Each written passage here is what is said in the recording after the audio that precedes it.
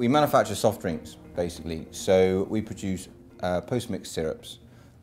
We sell it to bars, clubs and pubs. So we'll take, a bar like Snooty Fox and we'll say, here we go, this is our product. It's not Coke and it's not Pepsi. What do you think? They taste it, they go, tastes great.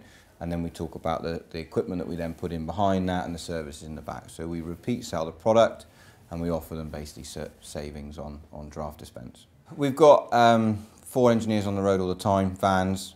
So they're in and out of people's premises, is cellars, bars, pubs, which is sort of, the pub itself is okay, but the cellar's a nightmare. The cellar, is tricky. If it's underground, it could be wet, damp. We use gases, so we use pressurized systems. So there's an awful lot that potentially could go wrong. Working at height's not such a problem, but we do it. So again, it's just a box tick, they don't have to do it all the time. The worst thing is it's not something they're used to doing.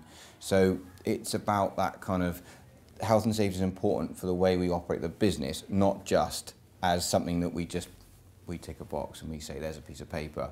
We try and say we're going to these guys' premises, we're going into the cellars.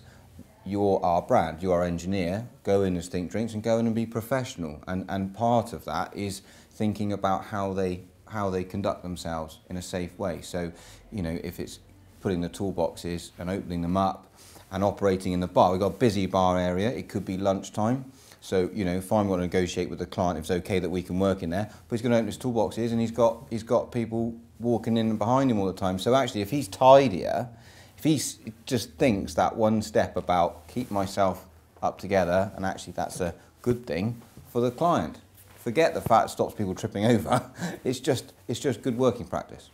Impact on the business, probably from my point of view, I feel that we have covered off things that we need to do, and we've got the right culture for the business. And for the guys, I just think it makes things more efficient. They, if they're going onto a building site, they just know what they're doing. And I think that training for us is just key to just them moving through their day quicker and easier. And they don't necessarily notice themselves, I don't think, quite the impact, but they get more done.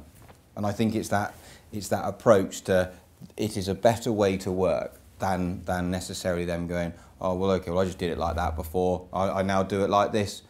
I just need to get on my job, please. And I think, so I don't know that they themselves, but from a manager point of view, I think we can see a big difference.